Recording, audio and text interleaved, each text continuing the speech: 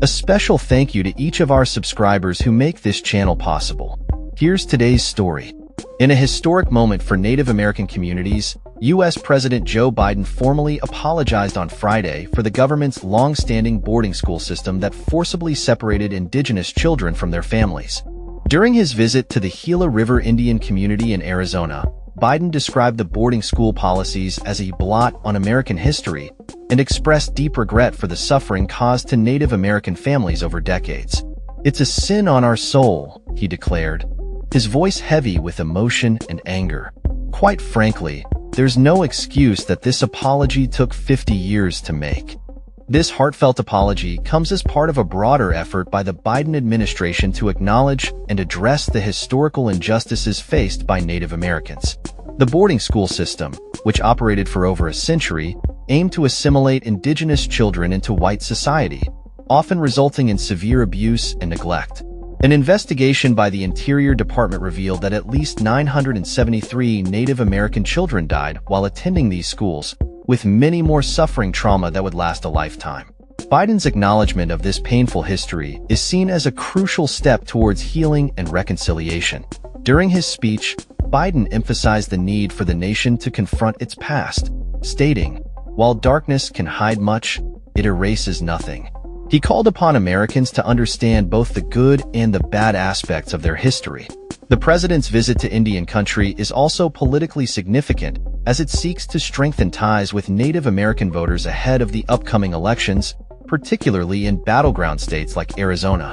Vice President Kamala Harris, who has been actively campaigning in the state, hopes that Biden's visit will energize Native American turnout in the elections.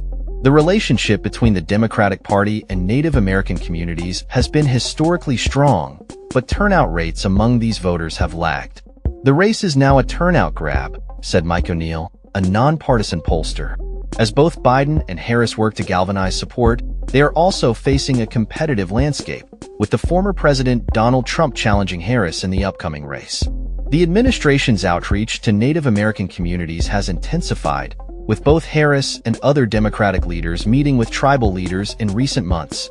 The Democratic National Committee has launched a significant advertising campaign targeting Native American voters across several states, including Arizona, North Carolina, Montana, and Alaska. Biden's apology has garnered mixed reactions. While some community leaders have praised the president for bringing attention to the issue, others argue that an apology alone is insufficient. Chase Iron Eyes, director of the Lakota People's Law Project, remarked, "An apology is a nice start, but it is not a true reckoning, nor is it a sufficient remedy for the long history of colonial violence."